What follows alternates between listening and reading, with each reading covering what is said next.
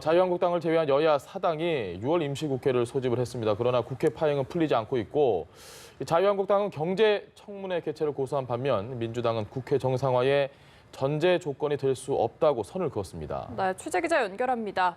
한재희 기자.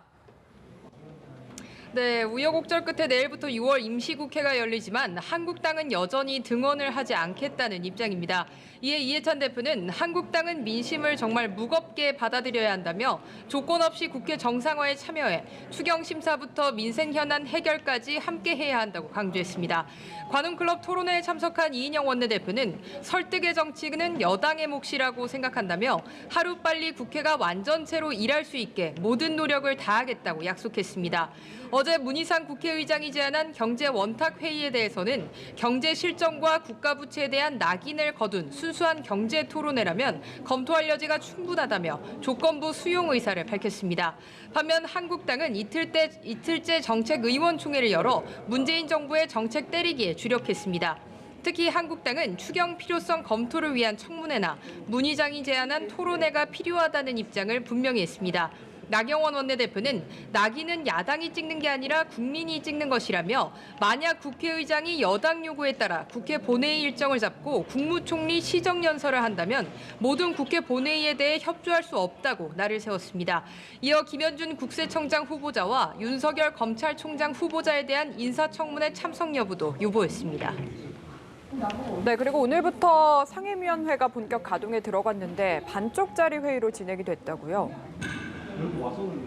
네, 그렇습니다. 국회 사법개혁특위가 전체 회의를 열었지만 한국당과 바른미래당이 불참한 가운데 패스트트랙 법안 처리 문제를 놓고 또다시 공방만 벌였습니다.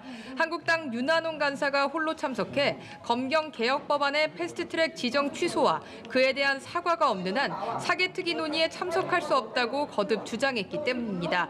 결국 여야의 공방은 30분 넘게 이어졌고 박상기 법무부 장관과 민감용 경찰청장이 출석한 가운데 검경 수사권 조정안과 정보경찰 개편 방안 등 사법개혁 현안과 관련한 보고와 질의가 이어졌습니다. 한편 바른미래당은 권은희 의원을 바른미래당 간사로 선임하는 건만 올라가 있고 검경 소위원장으로 선출하는 안건이 올라가 있지 않다는 이유로 회의에 불참했습니다. 김현준 국세청장 후보자 인사청문회 채택건이 다뤄질 기재위 전체 회의에는 한국당이 입장을 바꿔 불참했지만 여야 사당 위원들이 참석한 가운데 인사청문 계획서를 채택했습니다. 네, 그리고 삼척항 부두를 통해서 북한 목선이 입항한 것과 관련해 야권이 경계 실패를 강하게 비판했다고요.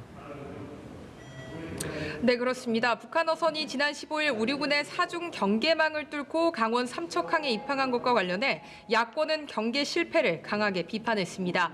한국당은 한국 안보를 군이 아닌 어민이 지키는 거냐며 남북 군사 합의 즉각 폐기와 책임자 문책을 요구했습니다.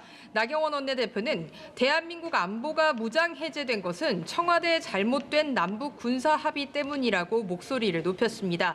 그러면서 안보 무장 해제를 가져온 국방부 장관은 누구에게 책임이 있는지 물을 것이 아니라 즉각 사퇴해야 한다고 촉구했습니다.